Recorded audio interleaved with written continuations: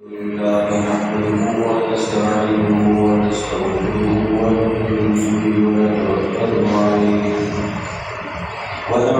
بالله من شرور أنفسنا ومن سيئات أعمالنا من يهده الله فلا مضل له ومن يضلل فلا هادي له ونشهد أن لا إله إلا الله وحده لا شريك له ونشهد أن سيدنا ومولانا محمدا عبده ورسوله فلولا نفر من كل فرقة منهم طائفة ليتفقهوا في الدين ولينذروا قومهم إذا رجعوا إليهم لعلهم يحذرون. وقال الله عز وجل: اقرأ باسم ربك الذي خلق الإنسان من علق اقرأ وربك الأكرم الذي علم بالقلم علم الإنسان ما لم يعلم. وقال رسول الله صلى الله عليه وسلم: طلب العلم فريضة على كل مسلم، أو كما قال عليه الصلاة والسلام: رب اشرح لي صدري ويسر لي أمري واحلل عقدة من لساني يفقهوا قولي. اللهم صل على محمد وعلى آل محمد كما صليت على إبراهيم وعلى آل إبراهيم إنك حميد مجيد. اللهم بارك على محمد وعلى آل محمد كما باركت على إبراهيم وعلى آل إبراهيم إنك حميد مجيد.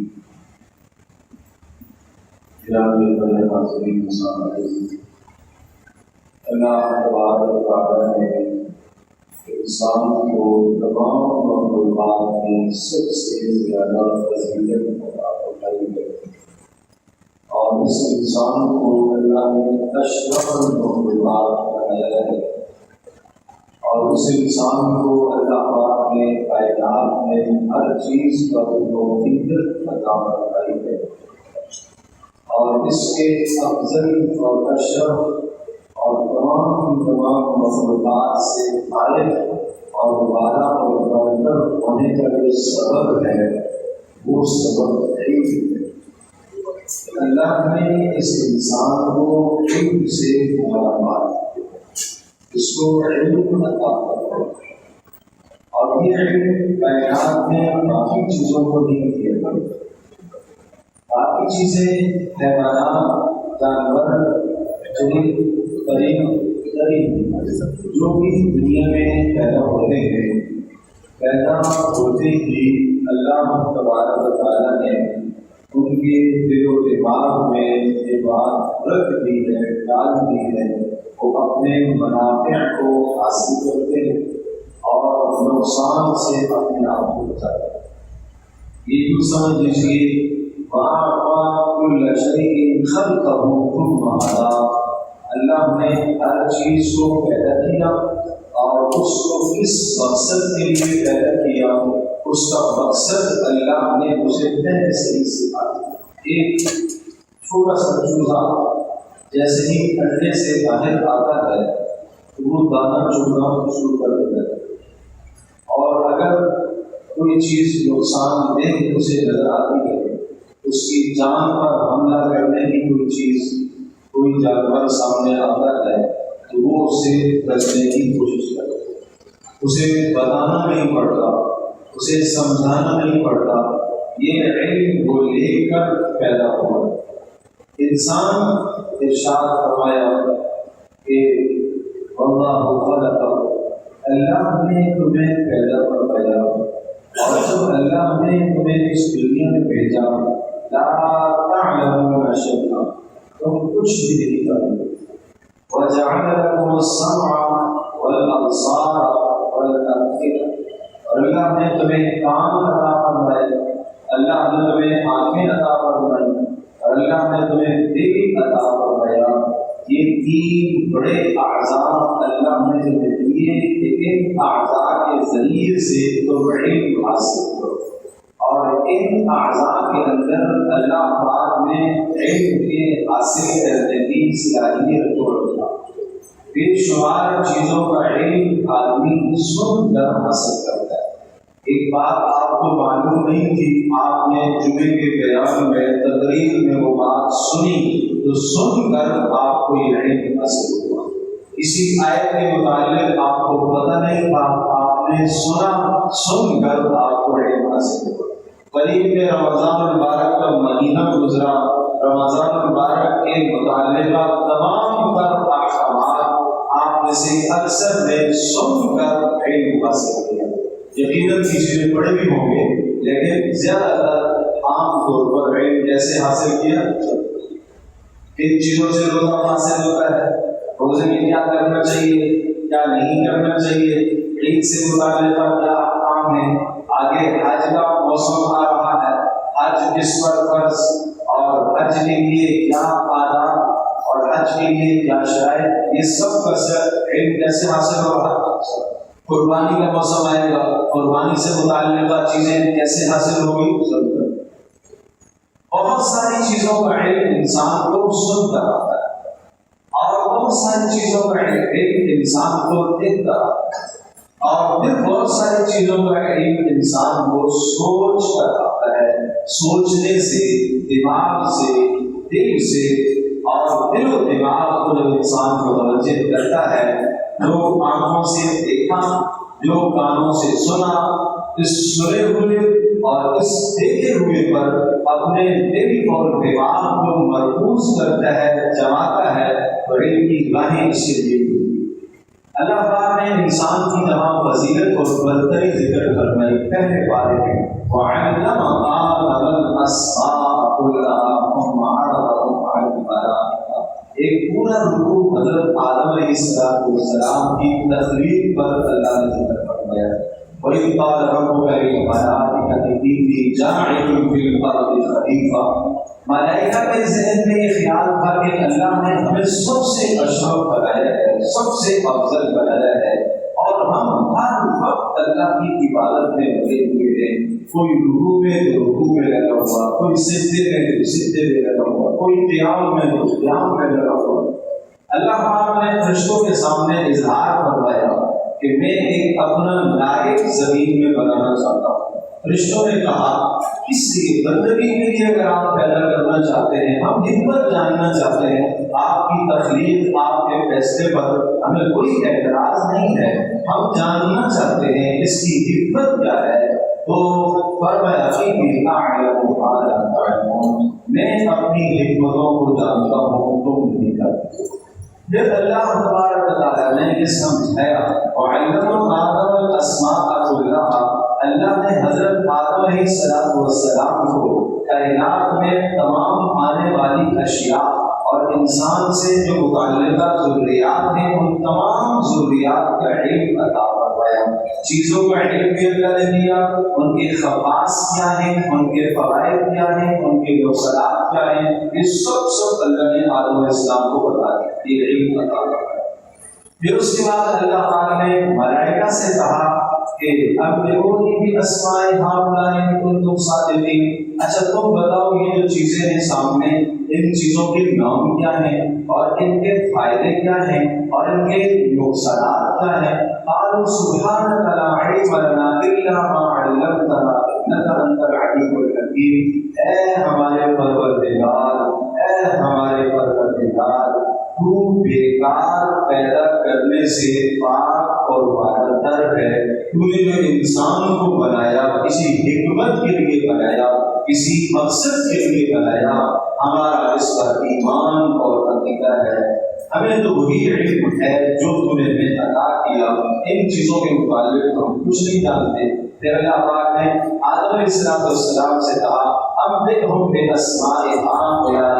ان سب چیزوں کے نام اور ان کے فوائد اور ان کے نقصانات کیا ہیں. اے آدم آپ ان ملائکہ کو بتا دے۔ چنانچہ جب آدم علیہ السلام نے ان تمام کی تمام چیزوں کے فوائد بھی، اور ان تمام کے نقصانات بھی، اور ان تمام کی تمام چیزوں کے نام بھی بتا دیے، تو پھر اللہ تبارک و تعالیٰ نے فرمایا کہ میں آسمان اور زمین کی چیزوں کی تمام غیب کا علم میں جانتا ہوں، کیا حکمت کیا مصلحت وہ تمہیں نہیں معلوم۔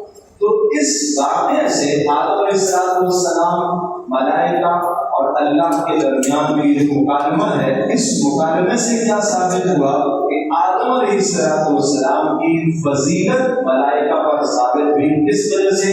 علم کی وجہ سے۔ اللہ پاک نے جو برتری عطا فرمائی ہے اس وجہ سے علم کی بنیاد۔ امام غزالی رحمۃ اللہ علیہ نے بات نقل فرمائی ہے، سمجھانے کے لیے سمجھایا، انسان سب سے زیادہ اشرف المخلوقات ہے، سب سے زیادہ اعلیٰ اور افضل ہے، فرمایا اس لیے نہیں وہ افضل ہے کہ یہ کھاتا بہت ہے، فرمایا ہاتھی تو بہت کھاتا ہے، اس لیے یہ افضل نہیں ہے کہ یہ جناب بہت بہادر ہے، شیر سے بہادر ہے، اس لیے یہ افضل نہیں ہے کہ اس کے پاس صنعت اور حرفت اور نئی نئی ایجادات اور خوبصورت ایجادات ہیں، فرمایا شہد کی مکھی سے بہترین ایجادات کرنے والی ہے، ایک شہد کا چھتا بناتی ہے، ہر سوراخ جو مسدس ہے، 6 کناریوں والا ہر سوراخ ہے، کس نظام کے ساتھ اس نے اسے بنایا اور کس نظام کے ساتھ وہ نظام بناتی اور چلاتی ہے، اور کہاں کہاں سے وہ پھولوں کا رس چوس کر اور اس سے وہ شہد بناتی ہے، اس چھوٹے سے جسے کے اندر اللہ نے کیا فیکٹریاں لگا رکھی ہیں کہ وہ رس چوستی ہے مختلف ذائقوں کا، مختلف رنگوں کا، اور اس سے جب وہ شہد نکلتا ہے تو وہ ایک ہی ذائقے کا اور ایک ہی رنگ کا، صنعت اور حرفت اور کاریگری میں وہ ہوتا ہے۔ اس وجہ سے تو انسان کو افضلیت نہیں ہے۔ حضرت مولانا قاری طیب صاحب رحمۃ اللہ علیہ نے ایک واقعہ نقل فرمایا کہ ایک بستی کے اندر جو ہے وہ لوگوں کی فصلوں کو تباہ کر دیتے تھے، بندر روزانہ اور گھروں کی چیزیں اٹھا کے لے جاتے۔ اب انہوں نے سوچا کہ اس مصیبت سے خلاصی کیسے حاصل کی جائے، تو کسی عقل مند اور دانا نے یہ کہا کہ ایسا کر لیتے ہیں کہ آٹا گھول کر اس میں زہر ملا دیتے ہیں اور روٹیاں بنا کر رکھے دیں گے اور وہ کھائیں گے بس۔ چنانچہ ایسا کر لیا گیا، تو ایسا جب کر لیا گیا تو روٹیاں بکھیر دی گئی اور بندروں کی ایک فوج پوری کی پوری آئی، اور اس میں سے ایک بندر نے روٹی کو اٹھایا اور اس کو انہوں نے دیکھا کہ تو بڑا ہمارا اکرام ہو رہا ہے، خوب روٹیاں پھیلیں گی، شک تو پڑ گئی، مسئلہ ہے۔ تو وہ پھر انہوں نے کیا کیا، ایک بندر نے اس روٹی کو اٹھایا، اس کو کہا اب چھوڑ دو، اور اشارہ کیا اس کے سر کو پیچھے دیکھنے، اور پھر وہ سب چلے گئے، واپس چل رہے۔ تھوڑی دیر میں ایک بوڑھے بندر کو ساتھ لے کر آئے، اور اس بوڑھے بندر نے آگے پھر سونگا، جب اس نے سونگا اس روٹی کو، اس کو سمجھ میں آیا کہ اس میں کیا ہے، تو وہ سب کو واپس لے گیا۔ پھر جنگل سے تھوڑی دیر کے بعد وہ واپس آئے تو ہر بندر کے پاس ایک جڑی بوٹی کا پتا، روٹی بھی کھا رہے، پتا بھی کھا رہے، روٹی بھی کھا رہے، پتا بھی کھا رہے، سب کی سب روٹیاں ختم کر دی، کوئی بھی نہیں بنا۔ تو اس زہر کا دریافت انہوں نے نکال دیا، اس زہر کو ختم کرنے کے لیے کیا چیز ہے وہ سمجھ گئی۔ تو انسان اس لیے سب سے اعلیٰ نہیں ہے کہ یہ بڑا ڈاکٹر بنتا ہے، یہ بڑا طبیب ہے، یہ بڑا حکیم ہے، یہ نئی نئی چیزوں کو ایجاد کرتا ہے، یہ نئی نئی چیزوں کو دریافت کرتا ہے، اور جناب یہ اس طرح سے یہ انسان کی جسم سے متعلقہ تمام معلومات رکھتا ہے، ذہن کا دریافت حل نکالتا ہے، موت سے نہیں، یہ اسباب نہیں ہیں اس کے افضل اور اشرف ہونے کے لیے، اس کے افضل اور اشرف ہونے کے لیے اسباب ایک طریقہ ہے۔ اس لیے انسان افضل نہیں ہے کہ عالی شان محل بناتا ہے، عالی شان گھر بناتا ہے، ایک طریقہ ہے چھوٹا سا وہ اپنا گھونسلہ تیار کرتا ہے، اس طرح سے تیار کرتا ہے کہ اس گھونسلے کو درخت کی شاخ کے ساتھ لٹکاتا ہے، اور وہ اس طرح سے اسے لٹکاتا ہے کہ راستہ ہوا کے اندر آنے کا چھوڑتا ہے اور ہوا کے نکلنے کا راستہ بھی چھوڑتا ہے۔ ایسی چھوٹی چھوٹی کھڑکیاں بناتا ہے کہ ہوا کراس ہوتی رہے، اور مزید یہ کہ وہ اس طرح سے بناتا ہے کہ بارش اندر نہیں جاتی، اس کا سوراخ نیچے سے چھوڑتا ہے، اندر بارش نہیں جاتی۔ اور رات کو جب تاریکی ہوتی ہے تو وہ نکلتا ہے، ایک جگنو کو پکڑ کے لاتا ہے اور اس کو اپنے اس گھونسلے کے اندر چھوڑتا ہے، روشنی کا انتظام بھی کرتا ہے۔ انسان کو اس وجہ سے افضل ہے کہ نئی نئی روشنی سے ایجادات کرنا، یہ کوئی افضلیت کی وجہ نہیں ہے۔ انسان اس لیے افضل ہے، اس کے پاس وحی کا علم ہے، اس کے پاس آسمانی تعلیمات ہیں، اس کے پاس قرآن و سنت کا علم ہے، اس کے پاس براہ راست اللہ کی جانب سے نازل ہونے والا علم ہے، اس لیے یہ سب سے افضل ہے، اس لیے افضل ہے۔ اور جب اس انسان کا رشتہ اور تعلق اس علم سے جڑا ہوا رہے گا تو یہ سب سے افضل ہے۔ سورہ تین میں اللہ پاک نے جو قسمیں کھائی ہیں، والتین والزیتون وطور سینین وہذا البلد الامین لقد خلقنا الانسان فی احسن تقویم، فرمایا تین کی قسم، انجیل کی قسم، زیتون کی قسم، تو طور سینا کی قسم، پہاڑ ہے اس کی قسم، اور وہذا البلد الامین، اور مکہ مکرمہ کی قسم، اس شہر مکہ مکرمہ کی قسم۔ تو یہ چار چیزوں کی اللہ نے قسمیں کھائی ہیں، پہلا انجیل، دوسرا زیتون، یہ دونوں کے دونوں پھل ارض مقدسہ شام میں پائے جاتے ہیں، اور شام انبیاء علیہ السلام کا مسکن ہے، محبت وحی ہے، وہاں انبیاء علیہ السلام کثرت سے آئے ہیں، اور وہاں اللہ پاک نے آسمانوں سے کتابوں کا، صحائف کا نزول فرمایا ہے، اس لیے اللہ نے اس علاقے کی قسم کھائی جہاں پر انبیاء کی قسم ہے۔ طور سینا کی قسم کھائی، طور سینا ارض مصر ہے، جہاں موسیٰ علیہ السلام اور حضرت ہارون علیہ السلام اور حضرت یوسف علیہ السلام، ان انبیاء کا یہ مسکن ہے اور ان کی جگہ ہے، اس لیے قسم کھائی۔ اور وہذا البلد الامین، مکہ مکرمہ کی قسم کھائی، یہاں پر حضرت آدم علیہ السلام، حضرت اسماعیل علیہ السلام، ابراہیم علیہ السلام کی آمد بھی یہاں ہوئی، اور حضرت صالح علیہ السلام قرب جوار کے علاقے میں، اور آخر میں جناب محمد رسول اللہ صلی اللہ علیہ وسلم اس خطے میں مبعوث ہوئے۔ دنیا کے تین خطوں کی گویا کی قسم کھائی جہاں انبیاء علیہ السلام مبعوث ہوئے، اور جو انبیاء کے مسکن ہیں، جہاں انبیاء علیہ السلام موجود تھے، جہاں اللہ نے وحی نازل فرمائی، جہاں آسمان سے صحیفے اترے، جہاں آسمان سے حضرت جبریل علیہ السلام اللہ کے پیغامات لے کر آئے، ان تین جگہوں کی قسم کھا کر کیا فرمایا؟ لقد خلقنا الانسان فی احسن تقویم، انسان کو ہم نے سب سے اعلیٰ، سب سے خوبصورت، سب سے بہترین بنایا۔ کیوں؟ اب سمجھو، ان تین جگہوں کی جو قسم کھا کر انسان کی افضلیت سمجھائی ہے، انسان سب سے افضل جب ہی رہے گا کہ جب اس کا تعلق وحی سے رہے گا، اس لیے کہ ان تینوں جگہوں میں کیا ہے؟ وحی نازل ہوئی ہے، مکہ مکرمہ ہے، طور سینا ہے، اور ارض مقدسہ شام ہے، ان تین جگہوں پر اللہ نے وحی کا نزول فرمایا ہے۔ اشارہ اس بات کی طرف ہے کہ انسان سب سے اعلیٰ اور سب سے افضل اور سب سے اشرف جب ہے جب اس کا تعلق اللہ کی وحی کے ساتھ ہے، اور اگر اس سے اس کا تعلق کٹ گیا، آگے کیا کرنا؟ ثم رددناہ اسفل سافلین، پھر ہم نے اس کو سب سے نچلے درجے میں کر دیا۔ کتنا نیچے کر دیا؟ کتنا نیچے لے گئے؟ اولئک کالانعام بل ہم اضل، چوپائے سے بھی بدتر، چوپائے سے بھی بدتر۔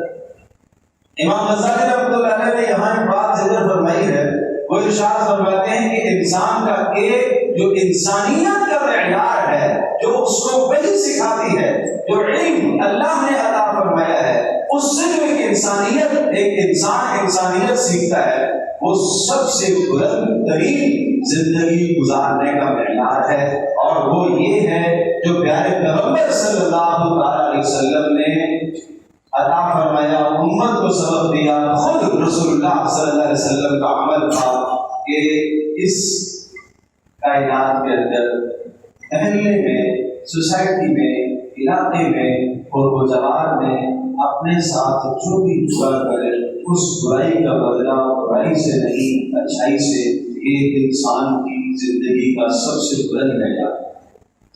برائی کا بدلہ کس چیز سے؟ احسان۔ یہی رسول اللہ صلی اللہ علیہ وسلم کی عادت مبارکہ تھی۔ لیکن انسان جب اللہ پاک کے دیے ہوئے علم سے مستفید ہوتا ہے اور قرآن و سنت سے استفادہ کرتا ہے تو اس بلند معیار پر قائم رہتا ہے، اور اس بلند معیار سے جب گرتا ہے تو پھر نیچے آتا ہے۔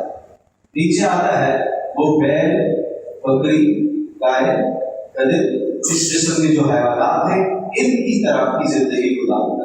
ان کی طرح کی زندگی کیا ہوتی ہے؟ ان کی طرح کی زندگی ہے کہ اندر حس نہیں، شعور نہیں، احساس دوسرے کا نہیں ہے، خود کھائیں گے دوسرے کو کھلانے کا احساس ہے۔ اس لیے کہ تعلیمات الہیہ سے، جب اللہ کی تعلیمات سے وحی سے یہ محروم ہو گیا تو یہ دوسرے درجے کے حیوانات میں آ جاتا ہے۔ میں مثال عرض کیا کرتا ہوں کہ دو بیل سارا دن کام میں لگے رہے، دو گدھے سارا دن روڈ پر چلتے رہے، شام کو مالک نے ان کو کھولا اور ایک کو ایک کنارے میں گھاس ڈالی، اور جس کو گھاس ڈالی وہ کھلا ہوا ہے، دوسرے کو اس کنارے میں پان دیا، یہ بندھا ہوا ہے۔ یہ کھلا ہوا جانور یہ نہیں سمجھے گا کہ میرا بھائی بھی سارا دن میرے ساتھ کام میں لگا رہا، بھوکا بھی ہے، پیاسا بھی ہے، اپنے حصے کی کوئی گھاس اس کو بھی ڈال دوں، کچھ پانی اس کو بھی فراہم کر دوں، اس کو یہ شعور نہیں، اس کے برابر میں مر جائے گا، اسے یہ شعور نہیں۔ تو انسان جب اللہ تبارک و تعالیٰ کی دی ہوئی وحی سے، اللہ کی جانب سے دیے ہوئے علم سے محروم ہوتا ہے تو پھر اس کیٹیگری میں آتا ہے، حیوانات کے اس درجے پر آتا ہے، اور پھر جب مزید پستی میں جاتا ہے، ذلت اور خواری میں جاتا ہے تو پھر یہ بھیڑیے کی طرح بنتا ہے، یہ پھر چیتے کی طرح بن جاتا ہے۔ چیتا اور بھیڑیا کیا کرتے ہیں؟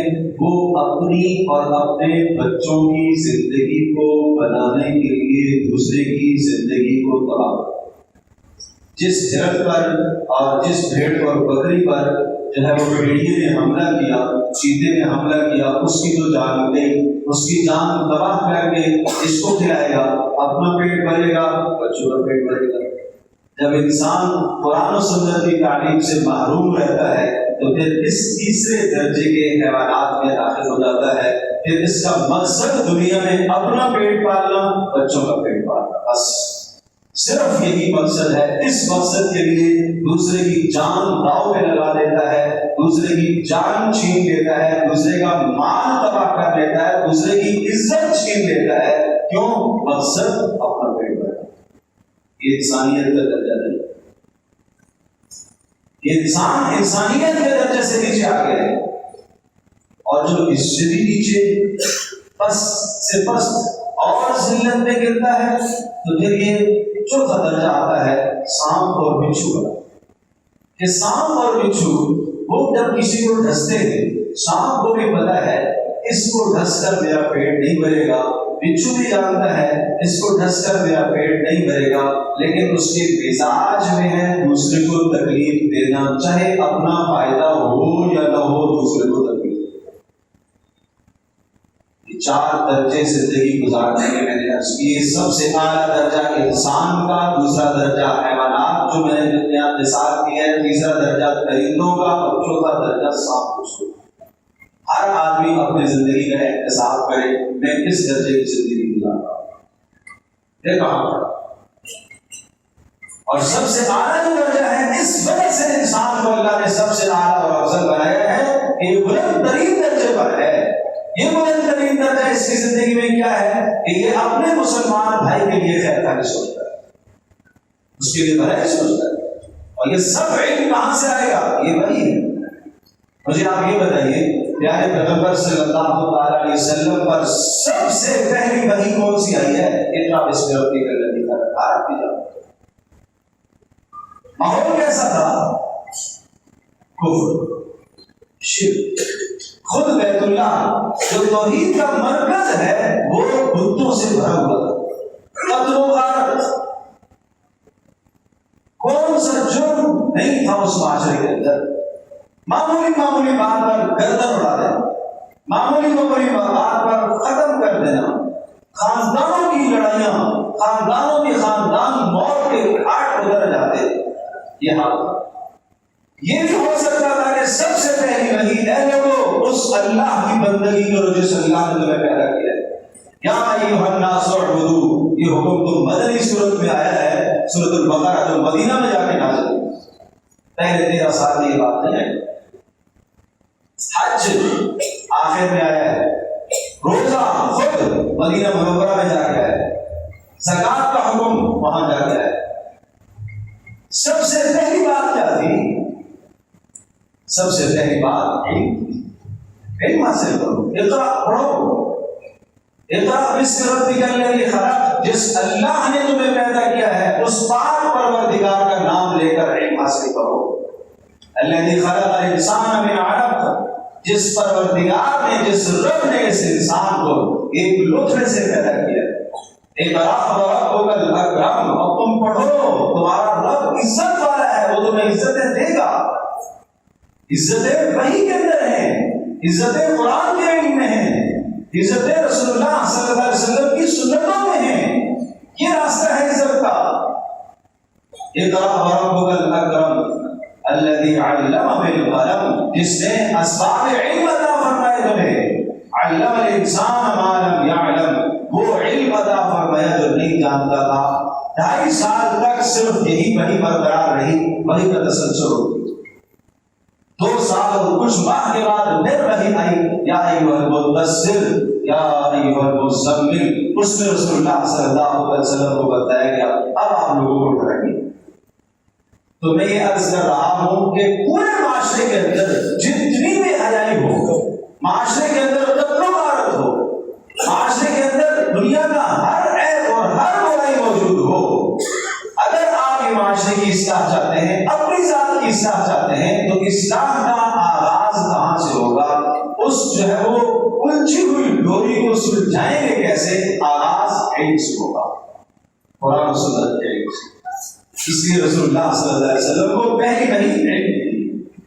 یہاں سے آغاز ہوگا.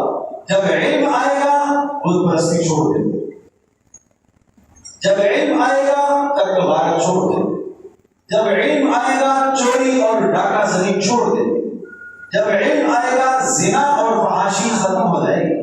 علم تو آئے، پتہ تو چلے اس بندے کو، اس انسان کو پتہ تو چلے کہ اس پاک پروردگار کی عظمت کو پتہ چلے. جب اس اللہ کی عظمت سے پتہ چلے گی تو پھر اس کا حکم ماننا اس کے لیے آسان ہو جائے گا. پھر جس نے اس پاک پروردگار نے جس گناہ سے اسے روکا ہے اس گناہ سے بچنا آسان ہوگا. اس لیے تو اللہ کا تعارف کرایا، اقرأ باسم ربک الذی خلق، میں رب کا تعارف ہے. میرے دوستوں کو یہ ہم سب کی ضرورت ہے اتنا علم حاصل کرنا. بچہ جب بالغ ہوتا ہے نماز فرض ہوئی، اس پر نماز فرض ہوئی ہے، اب نماز فرض نماز کا علم حاصل کرنا اس بچے پر بچہ نہیں رہا، بالغ ہو گیا. اب اس پر فرض ہے کہ نماز کا علم حاصل کرے، کہ نماز کے فرائض کو جانے، نماز کے واجبات کو جانے، نماز کے مفسدات کو جانے، نماز کے مکروہات کو جانے، وضو کو توڑنے والی کیا چیزیں وہ جانے. اگر اس فرض کو یہ ادا نہیں کرے گا تو یہ گناہ گار. روزہ فرض ہوا، فرض کے متعلق علم جاننا اس کے ذمہ فرض. زکوٰۃ فرض نہیں کی، ٹھیک ہے کوئی بات نہیں سیکھا زکوٰۃ کے متعلق کچھ بھی، لیکن جب زکوٰۃ اس پر فرض ہو گئی، صاحب نصاب ہو گیا، تو اب زکوٰۃ کا علم حاصل کرنا اس کے ذمہ فرض. حج فرض نہیں تھا، کوئی بات نہیں سیکھا، کوئی بات. جب فرض ہوا حج، اب حج کی فرضیت کے بعد اس کے ذمہ فرض ہے کہ حج کے مسائل سے جتنا بچپن یہاں تشریف فرما ہے لوگ بیٹھے ہوئے جتنے بھی نماز کو پڑھ جائے، نماز کے متعلقہ احکام کا سیکھنا بھی فرض ہے، پھر قرآن کی قرأت کا سیکھنا بھی فرض ہے، پھر قرآن کی تلفظ کی ادائیگی کا درست کرنا بھی فرض ہے، پھر نماز کے فرائض سارے سیکھنے فرض ہیں، نماز کے مکروہات کا سیکھنا فرض اور لازمی ہے۔ ان چیزوں سے نماز ٹوٹ جاتی ہے، سیکھنا ضروری ہے، نہیں تو گناہگار ہوگی۔ ٹھیک ہے، زکوٰۃ ہر ایک پر نہیں ہے، جس پر نہیں ہے زکوٰۃ کا علم اس پر فرض ہے۔ جب زکوٰۃ فرض ہوگی علم سیکھنا ضروری۔ ایک آدمی ابھی ازدواجی زندگی سے متعلق نہیں ہوا، کوئی بات نہیں، جب ازدواجی زندگی سے متعلق ہوگا، ازدواجی زندگی سے متعلقہ مسائل کا سیکھنا اس کے ذمہ لازم ہے۔ کن کن وجوہات کی بنیاد پر طلاق دینی چاہیے، کن وجوہات پر طلاق دینا اس کے لیے جائز ہے، ان وجوہات پر اس کا خود کا مطالبہ کرنا جائز ہے، یہ سیکھنا اس کی ضرورت ہے، یہ فرض ہے۔ اسے آتا ہے ازدواجی زندگی سے تو ہر کوئی متعلق ہو جاتا ہے، نکاح تو ہر کوئی کرتا ہے، اور اس کو تو ہم نے رسم سمجھا ہوا ہے، اس کو تو ہم نے عبادت سمجھے نہیں، یہ بھی کوئی عبادت کی چیز ہے۔ جب ازدواجی زندگی سے متعلق ہو رہا ہے تو ایک ازدواجی زندگی سے اس کا متعلق ہونا اپنی ضرورت کو پورا کر رہا ہے ازدواجی زندگی سے، اور ایک حیوان کا ازدواجی زندگی سے متعلق ہو رہا ہے، ازدواجی سے مراد اپنی خواہش کو پورا کرنا، تو پھر انسان تو اشرف ہے، اور اشرف ہے تو پھر یہ اشرف ہونے کے احکام تو سیکھے، مسائل تو جانے دے۔ کاروبار کرنے لگا ہے، دکان کھولنے لگا ہے، بزنس کرنے لگا ہے، کیا اس کی زندگی ضروری نہیں ہے کہ یہ کاروباری کے مسائل سیکھے، یہ کاروبار سے متعلقہ ساری معلومات حاصل کرے؟ عمر رضی اللہ تعالیٰ عنہ جو آدمی بازار میں دکان کھولتا تھا، بھائی پہلے اس سے انٹرویو لیتے تھے، امتحان لیتے تھے، کاروبار کے مسائل میں آتے ہیں، خرید فروخت کے مسائل میں آتے ہیں، آتے ہوتے تو ٹھیک ہے، نہیں ہوتے اور جب سیکھ لو، نہیں کھولنے کی اجازت۔ رسول اللہ صلی اللہ علیہ وسلم نے غزوہ بدر کے موقع پر جب قیدیوں کو رہا کیا تھا، آپ جانتے ہو کتنی بڑی بات، علم کی کتنی فوقیت ہے اور اہمیت ہے، اور علم ایک تو وہ علم ہے جو براہ راست آسمانی علوم ہے، اور باقی جو دنیا کی چیزیں ہیں، دنیا کی معلومات جس کو آپ ہنر کہتے ہیں، وہ بھی سیکھنا اچھی بات ہے۔ رسول اللہ صلی اللہ علیہ وسلم نے اس موقع پر جن قیدیوں کے پاس فدیہ دینے کے لیے پیسے نہیں تھے، ان کو یہ پابند کیا کہ 10 آدمیوں کو تم لکھنا پڑھنا سکھاؤ۔ ان کا فدیہ کیا ہے؟ 10 آدمیوں کو تم لکھنا پڑھنا سکھاؤ گے تو آزاد ہو۔ اتنی زیادہ اہمیت ہے۔ پچھلے میرے دوستوں کو سب کی میں نے ایک آیت پڑھی تھی، سورہ توبہ کی آخر میں آیت ہے، جس میں اللہ نے سخت کہا، اتنی سخت کہا، فَلَوْلَا نَفَرَ مِنْ كُلِّ فِرْقَةٍ مِنْهُمْ طَائِفَةٌ لِيَتَفَقَّهُوا فِي الدِّينِ۔ کیوں ایسا نہیں کرتے ہو کہ ہر خاندان میں سے 1 2 3 4 لوگ ہر خاندان سے نکلیں، کیا کریں؟ علم حاصل کریں، عالم کریں۔ تو اس سے فقہاء نے لکھا ہے کہ ہر خاندان سے کم از کم ایک آدمی کا عالم بننا وہ فرض ہے، ہر خاندان میں سے ایک آدمی، فرض کفایہ ہے۔ اور اگر ایک خاندان میں سے بستی میں سے کوئی بھی نہیں ہے تو سب بستی والوں کو چاہیے کہ ایک آدمی کی معاش کا انتظام کر کے اس کو فارغ کرے، وہ علم دین حاصل کرے، لازم ہے سب پر۔ اور اگر نہیں کریں گے تو یہ گناہ کفایہ ہے، کفایہ جیسے آپ جنازے کو کہتے ہیں نا، فرض کفایہ ہے، سب نے پڑھ لیا تو ٹھیک ہے، نہیں تو محلے میں سے ایک آدمی۔ آپ اعتکاف کو کہتے ہیں سنت کفایہ ہے کہ اگر رمضان میں ایک آدمی محلے کا بیٹھ گیا تو سب کی جانب سے ہو گیا، کوئی نہیں بیٹھا سب کو لگا، اسی طرح سے یہاں پر ہر خاندان سے ایک آدمی کا علم دین کے لیے نکلنا ضروری ہے۔ اور یہ آگے اور پیچھے دونوں جگہ پر آیات جہاد ہیں، اور سختی سے منع فرمایا، سب کے سب نہ نکل جاؤ جہاد میں، بلکہ ایک جماعت علم دین حاصل کرنے کے لیے رہے، اور جب وہ واپس آئے سیکھ کر تو پھر وہ اہل محلہ کو سکھائیں۔ تو یہ دو واجب علی کفایہ ہر خاندان میں سے میں درخواست کروں گا تمام بزرگوں سے، دوستوں سے، کہ اپنے بچوں کو مدارس میں بھیجیں، علم دین حاصل کریں۔ یہ فرض کفایہ ادا کرے گا۔ خود نہیں پڑھ پائے کوئی بات نہیں، چلو اپنا بیٹا صحیح، پوتا صحیح، نواسا صحیح، کوئی اپنا بچہ خاندان کا ایک بچہ مدارس مدرسے کی سبقت کرو، وہ حافظ بھی بنے، وہ عالم بھی بنے، وہ قاری بھی بنے، وہ محدث بنے، وہ فقیہ بنے، اور وہ پوری دنیا میں اللہ کے کلام کو، اللہ کے احکام کو پھیلانے کا ذریعہ بن جائے، وہ قیامت میں آپ کی سفارش کا ذریعہ خاندان سے تعلیم، دوسری درخواست آپ نے جو بھی سیکھا نہیں موقع مل پایا، اب الحمدللہ آپ کے یہاں اس کا انتظام ہو رہا ہے۔ اس وقت دو ہم نے بہترین کورس ہم نے شروع کرتے ہیں انشاءاللہ، اور ایک کورس تو ہم انشاءاللہ کل ہفتے سے شروع کریں گے۔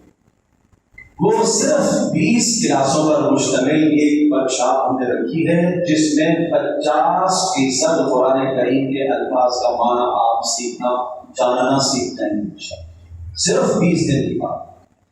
اور وہ کلاس انشاءاللہ عشاء سے بعد 1 گھنٹے کی کلاس ہے، ہفتہ اتوار 1 منٹ 4، صرف 20 دن۔ اس میں ہم اتنا کر لیں گے کہ صلاحیت ایک شخص میں پیدا ہو جائے گی، ذوق پیدا ہوگا، شوق پیدا ہوگا۔ یہ جو مایوسی کی کیفیت چھائی ہوئی ہے کہ میں تو 60 سال کا ہو گیا ہوں، 50 سال کا ہو گیا ہوں، 40 سال کا، میں تو نہیں سیکھ سکتا، یہ مایوسی کی کیفیت ختم کرنے کے لیے ہم نے موجود، جس سے آپ کو یہ محسوس ہوگا کہ ہاں میں بھی سیکھ سکتا ہوں، میں بھی پڑھ سکتا ہوں۔ اور پھر اس کے بعد انشاءاللہ ایک دوسرا کورس ہم نے ڈالا ہے، وہ ہے 1 سال پر مشتمل، جس میں ہم نے قرآن مقدس کی منتخب آیات کو لیا ہے، عبادات سے متعلق، ایمانیات سے متعلق، سیاسیات سے متعلق، معاشرت سے متعلق، اجتماعی زندگی سے متعلق بہت اہم احکام ہم نے اس میں ذکر کیے ہیں۔ اسی طرح سے احادیث کا بھی انتخاب کیا ہے، اور اسی طرح سے کچھ معمولی قرآن و سنت کو سمجھنے کے لیے عربی گرامر جو ہے اس کا بھی ہم نے ساتھ کچھ نہ کچھ حصہ اس کا بھی ڈالا ہے، اور رسول اللہ صلی اللہ علیہ وسلم کی سیرت طیبہ، اور اسی طرح سے جو ہے وہ فقہی مسائل۔ تو یہ انشاءاللہ 1 سال کا کورس، تو میں آپ تمام دوستوں سے درخواست کروں گا آپ دونوں میں شامل ہو۔ پہلے والا جو 20 دن ہے وہ تو آپ کو ہم انشاءاللہ اس کے ذریعے سے ایک ذوق پیدا کرنے کی کوشش کریں گے۔ ہم ایک مہم چلا رہے ہیں کہ جو ہمارے اس معاشرے کے اندر ایک مایوسی کی فضا چھائی ہوئی ہے کہ نہیں بھائی عالم بننا تو 8 سال کا کام ہے، ہم تو نہیں پڑھ سکتے، ہم قرآن و سنت کو نہیں سمجھ سکتے، تو بھائی کچھ تو سیکھو، کچھ تو سیکھو۔ اس مایوسی کی کیفیت کو ختم کرنے کے لیے ہر طبقہ اس میں شامل ہو سکتا ہے، اس میں پڑھا لکھا، اس میں ان پڑھ، اس میں چھوٹا، اس میں بڑا، اس میں بڑی عمر کا، ہر آدمی اس میں شامل ہو سکتا ہے۔ ایسے ضوابط اور قواعد کے ساتھ انشاءاللہ ہم سکھانے کی کوشش کریں گے۔ بھائی آپ سے درخواست ہے اس میں شامل، تو جو احباب اس میں شامل ہونا چاہتے ہیں انشاءاللہ وہ نماز جمعہ کے بعد پیچھے ہمارے دوست موجود ہوں گے، ان کے پاس اپنے نام درج کروائیں تاکہ ان کی ترتیب بنائی جا سکے۔ اور اس میں ہم زیادہ تاخیر نہیں کر رہے، عرض کیا کہ کل سے عشاء کے بعد سے انشاءاللہ شروع کریں گے، کہ بس کسی نہ کسی درجے میں اپنے آپ کو لگائیں اور جوڑیں تاکہ کل قیامت کے دن اللہ کے یہاں سرخرو ہو سکے۔ اے اللہ ہم نے جان دی تھی، صلاحیت دی تھی، مال دیا تھا، اے اللہ میری دی ہوئی صلاحیت اور جان کو ہم نے علم حاصل کرنے پر ہم نے کچھ لگایا، چلو 30 سال نہ کر سکے، 40 سال نہ کر سکے، 50 60 سال نہ کر سکے، آخری وقت اے اللہ ہم نے بھی کچھ سیکھا تھا، تو اللہ پاک قیامت کے دن سیکھے ہوئے لوگوں میں آپ کو بھی اٹھائے، اللہ پاک مجھے بھی آپ کو سکتا